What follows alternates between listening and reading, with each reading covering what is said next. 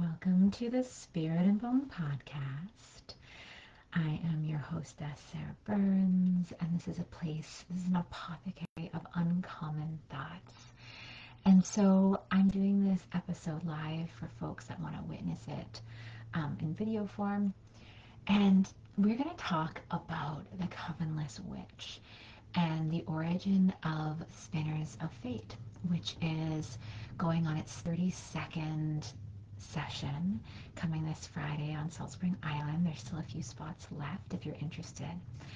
And so way back, I don't know, many years ago, I had arrived on this island, and even though I was finding different people to connect with, there is something that I knew in my bones from my lived experience about circling with women and focusing our intent, our prayers, and the power of being witnessed in a more ritual container.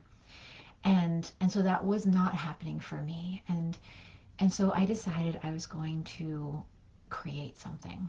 I was going to create something, and now looking back on it, if I was really honest with myself, I was craving a coven.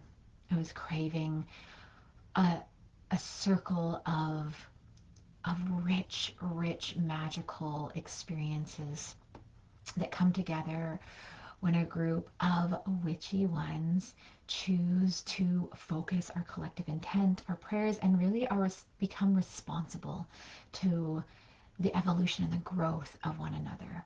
Now, what I started, I won't say was a coven, because I think for me the word coven is there's a certain kind of deep, long-term commitment and rules and expectations and that you are signing on to together, and that's very unique to each group. But what I did feel was that there was a part of me that, even though I wasn't in a grounded container with select individuals that we were traveling with over and over again, I realized that there is still power in coming together, kind of like pop-up covens, pop-up magical prayer spaces. And so what I did was I started to invite women every month to this super luxurious, I think it was a 4-hour gathering where we would do ritual crafting, potluck, and then we would always have an intention portion of it. And so this evolved over time, and there's always an invocation element where we would create our version of a casting a circle. And so in the Spinners of Fate format, I really love doing something that I've created called the somatic invocation, where we invoke the elements through movement and sound. And it's something that I feel is really accessible and lets our bodies come into the space. And so during these gatherings, I started to read the pulse of where are people and what do people want? What do these women coming want? And expressing what you want, taking the time to cultivate and curate that desire into words, something happens. Something powerful happens. It can be as simple as that. You can be like, I don't believe in magic. I know that word is, clickbait, so we can erase the word magic. And what happens primally when you have a group of people that are in a circle, just starting with that, sitting in a circle, and then you add the invitation to express what you want, what you desire for yourself, for humanity, for the world. And then here's the piece, as though it's already happened. So in some ways, you are accessing the power of make-believe. You are accessing the power, that childlike power I hope many of us still harness, but the power of being able to speak as though something already exists and doing your best to believe it. Or at least experimenting, like, what does that feel like on a somatic level when I say this desire? And I found that my body was always going to be the greatest tell if I had roadblocks in the way of receiving that desire. There's some desires that would just slip off effortlessly. It was just like a pure yes in every cell of my body. And then there were some desires that I knew intellectually that I deeply wanted. But when I said it, ooh, did it come out like grains and sand. And I could feel it being like especially naming something that's already happened. It's like, who am I? Who the audacity to name this desire and be witnessed by it, because there's a muscle that happens that comes from having others witness you and just naming what you want. And there's only certain desires that I learned over time and time again that you have to become comfortable expanding that muscle to be able to be like, oh, I'm just said this thing. I just said this like naughty desire. I just said this desire. Like, who do I think I am to name this desire? And so that's the first part, is just what happens in our bodies when we start to meet and name that desire and be witnessed in it. And then the second thing that happens is feeling the affirming ripple of approval of those around you. Because as primal beings, as like, humans on a primal level, who there is, I believe, in our bodies this desire to belong. And so if you have those around you, if you have people around you celebrating and cheering you on and even aligning with your desire, which is something we do in Spinners of Fate, where if you hear an invocation that you're like, goddess, yes, you can kind of connect in and put that invocation. You can kind of tag team it for yourself. So here you have this like cheerleader of potent witches, you know, loving up. And what happens is when you feel that response in your body of being celebrated in what you want, the body actually starts to think, maybe, just maybe, this is actually a safer thing to want. Maybe, just maybe, this could be possible for me. Maybe, just maybe, this desire isn't going to shun me, isn't going to have me burned, isn't going to, you know, destroy the fabric of my connection. Because that, on a deep level, a lot of folks I've found have really, really like old ancestral protective mechanisms around naming certain desires and the repercussions that those desires could have on us. Because it hasn't been that many generations since we've been free, I'd say, as like women, femme presenting people, to like really express what we want and and receive what we want, you know. So so why I'm bringing this back to the covenless witch is, what I found is that there are so many women that are yearning, like deeply yearning, for a kind of experience like this that you do not get when you're just chatting like just chatting with your lady friends, your femme friends, having potlucks. Like, that is another kind of delightful experience. But I do feel like there's a deep yearning of slowing down and having intentional, focused space where we can be directed into these like jugulars of truth and be witnessed in these jugulars of truth. And what happens, I found, is that there's a certain kind of intimacy and bonding that happens when you start to meet one another from that place. And and so here, why I've continued to create these is like, at this point, I have multiple circles of different women that we do more like focused intentional work with.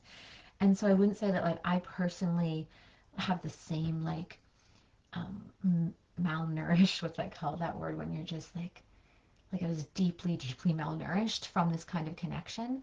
But I know that many of you are malnourished. Many of you, you know, do not have a circle of women that are willing to enter into this ritual space together. And so I do feel like that, somebody that has been offering rituals for like over, I think we're going over 20 years. Oh my gosh. I think yeah, over 20 years ago, I was helping facilitate, I think, a 150 person ritual, starting when I was young. So I am like, I understand what, my deep passion on being a ritualist and community rituals and focusing collective intent, and all the studies that I've done in my own life, private studies, working with mentors, taking on like ridiculous feats and failing and flopping, and then also doing some phenomenal magic, which I've seen ripples in our community. and in the people I serve with my clients, it's like I want to come with this.